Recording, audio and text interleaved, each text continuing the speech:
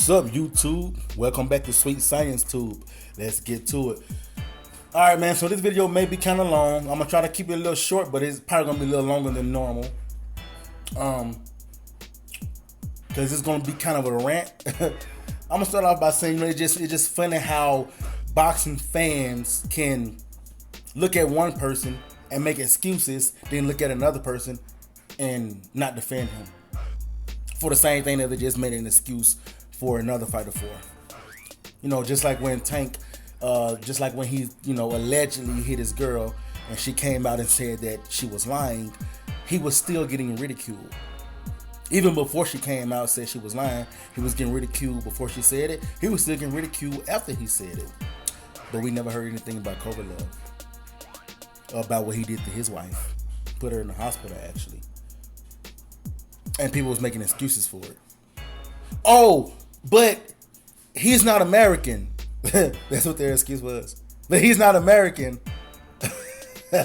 So that makes it okay? Okay. But anyway, that ain't even what I'm here to talk about. I'm here to talk about Jaron Ennis. About people trying to say, because of his last performance, they trying to say that he's not ready for Terence Crawford or Errol Spence. As a matter of fact, they're trying to say that he's overrated. Because he didn't knock somebody out, that means he's overrated? Because he fought a tomato can and didn't knock him out, that means he's overrated? Listen, all fighters fight tomato cans. You can't tell me Errol Spence ain't fought no tomato cans. You can't tell me Terence Crawford ain't fought no tomato cans. You can't tell me Canelo hasn't. You can't tell me Floyd Mayweather hasn't. Floyd Mayweather didn't get Andre Berto out of there. He didn't get him out. He went the distance. He should have knocked him out, but he didn't. That's just an example. I'm just showing you that this doesn't take away from who he is. You can't say because somebody didn't get a knockout that they're not great or that they're overrated because he didn't get a knockout. I think he was over anxious. His timing was off. His timing was off, and he was over anxious. That's what happened with Boots. That ain't the same Boots that we usually see. And I know somebody say, well, that's because he usually look good against tomato cans. No, he got the type of talent and skill where he'll look good against anybody. He just was over anxious. I saw that. He was over anxious. Then him being anxious led to his frustration. He had a bad night. It happens. It happens. You have a bad night. If you talk to some boxers, they'll let you know y'all had a bad night right here. You probably wouldn't be able to tell sometimes, but a lot of them have bad nights. Sometimes it happens. Sometimes it affects your performance. Not only in boxing. It can affect your performance in any sport, actually. Michael Jordan is considered the great basketball player of all time. You do realize that Michael Jordan had some bad days, right? Some bad games. He had bad nights. But is he still considered the great? Yes. Those bad nights didn't define him. Those losses didn't define him. Steph Curry, the greatest shooter, the greatest three-point shooter. You do realize there's a game where Steph Curry shot like 1 for 9, right? He only made like 1 3-pointer. But he shot like 9 or 10 of them. Now, if you wasn't a basketball fan, and if that was the only game that you saw, let's say you wasn't a fan, but you saw that game, you would swear up and down, who is this dude Curry and why does he keep shooting? He's missing all these shots. Why is he shooting? He's trash. Why is this guy shooting? And then I would come along and say, oh no, he's usually a great shooter. You would say, man, please, this dude is trash. I've been watching this game. He's been missing all these shots. Then I say, but did you watch the game before that? Did you watch his championship? Did you watch, years before? Previous seasons? Do you usually watch him, period? Because if you usually watch him, you would know he is one of the best three-point shooters of all time, if not the best three-point shooter of all time. That's how it is with boxing.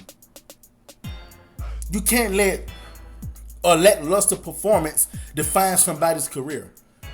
A lackluster performance doesn't define Boots Ennis. Was he lackluster? January 7th, yes, definitely, I agree.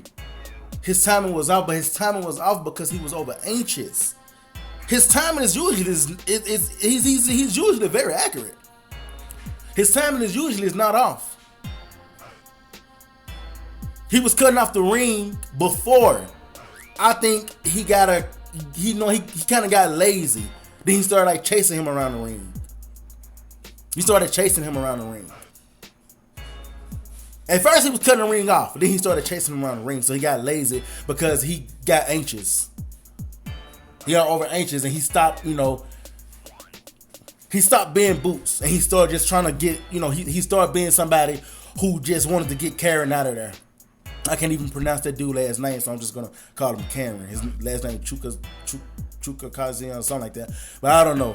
I'm not trying to pronounce it wrong. I just don't know how to pronounce it, so I'm just gonna say Karen. This is his first name. And he couldn't get him out of there. He didn't even knock him down or nothing like that. But do I think that defines Boots' fighting abilities? Nope. I think being over anxious and having a bad night can affect your performance. Yeah, I do believe that. Because I think that's what happened. Doesn't mean he wasn't ready. Was Terence Crawford ready for Jeff Horn? He showed he was. He showed that he was ready. But there was the same people out there trying to say that he wasn't ready. Then he's moving up in weight at that. And then he's moving up in the weight. No, he ain't ready. And he showed that he was. The way they treated Terence Crawford back then is how they trying to treat Boots now. You know what? They even said that Errol Spence wasn't ready for Kell Brook. He showed that he was. They knew that he was next in line, but they still tried to say, "Well, I don't know," blah blah blah. No, but he showed he was, and y'all doing the same thing to Boots. Now, do I think he's going to beat Terence Crawford? I can't really say that he's going to beat him, but it doesn't mean he's not ready. Do I think he's going to beat Errol Spence? I can't say he's going to beat him, but it doesn't mean he's not ready. Listen, Terence Crawford and Errol Spence, they both are ready for each other. But guess what? Somebody's going to lose.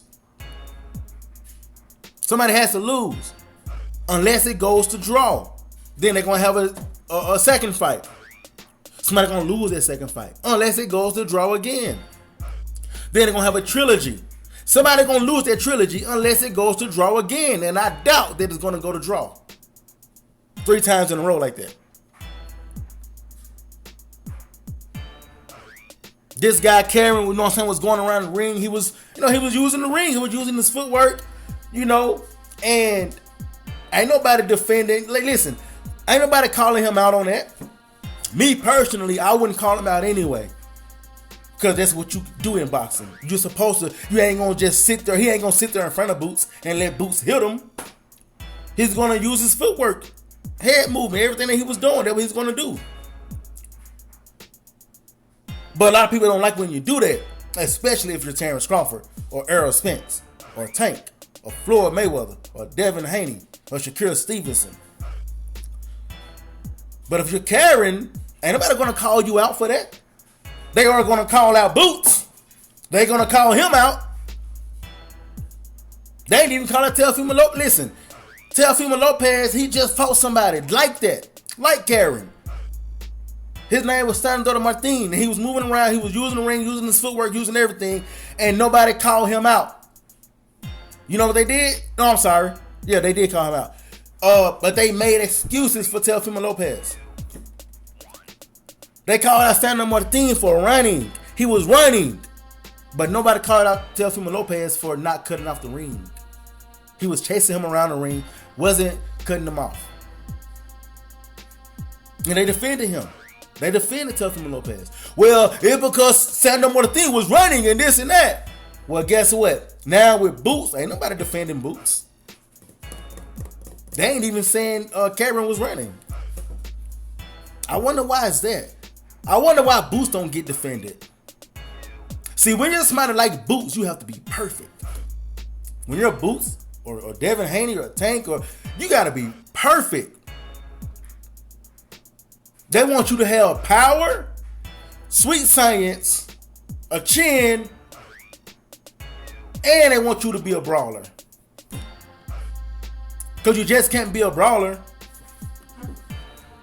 You can't. Because then they're going to say you ain't got no skill if you're one of those guys. If you're Darren Haney or Tank or Boots or Shakur Stevenson.